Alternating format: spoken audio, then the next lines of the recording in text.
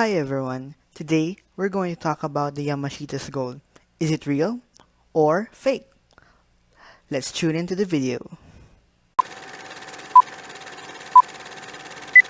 The story of Yamashita gold, which belonged to General Tomoyaki Yamashita, the leader of the Japanese army, is a story known by many. The historians believe that there is factual evidence in regards to the veracity of the Yamashita gold. The story happened during the World War II, in which General Yamashita was planning to ship his gold overseas. He had hidden the gold within the deep caves of the Philippines. Later on the World War II, it was said that Yamashita had demolished the site where the gold was hidden. To hide the evidence, no one could ever know where the location of his gold. Later on the story of Roger Rojas, a treasure hunter, which claims that he was the one who found Yamashita gold and serves as factual proof that the Yamashita gold is real. According to legend, the general was in charge of a treasure trove amassed during the Japanese occupation of Southeast Asia during the World War II.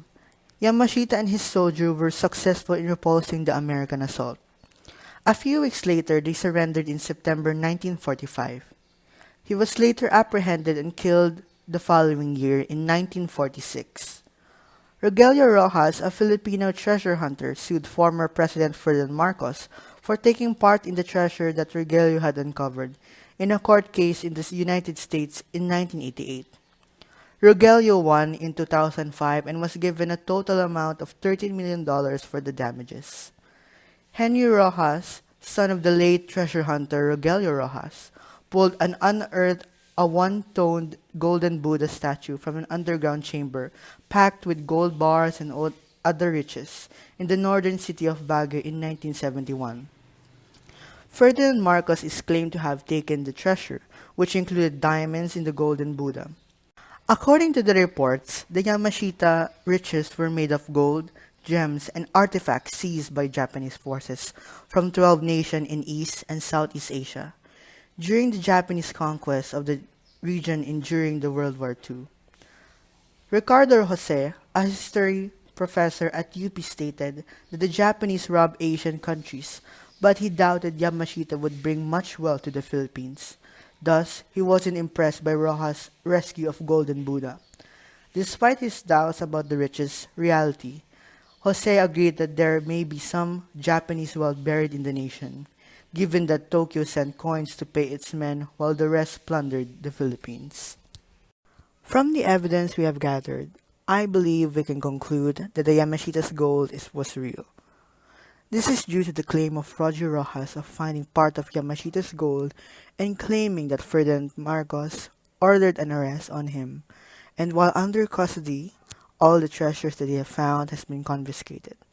Roger Rojas claims as well to have seen a Buddha statue, katanas as well as dead bodies with Japanese military uniform. Historians have already claimed that Roger Rojas was the one who found part of Yamashita's treasure, but later on confiscated. This can serve as evidence that the Yamashita's gold treasure is indeed factual and real. The Yamashita gold or treasure is indeed a factual topic. This is due to the controversial issue between Rogelio and Marcos, which states after Rogelio Rojas found the treasure, he was immediately arrested by President Marcos. During the arrest of Rogelio Rojas, the treasure that he discovered was seized, and Rogelio Rojas was tortured. After his release, Rojas died under suspicious circumstances, creating an impression that he might have been murdered, leaving Rojas with only memories and pictures of the riches. According to the Life Science in 1988, Rogelio Rojas sued former President Ferdinand Marcos for stealing some parts of Yamashita's gold by force.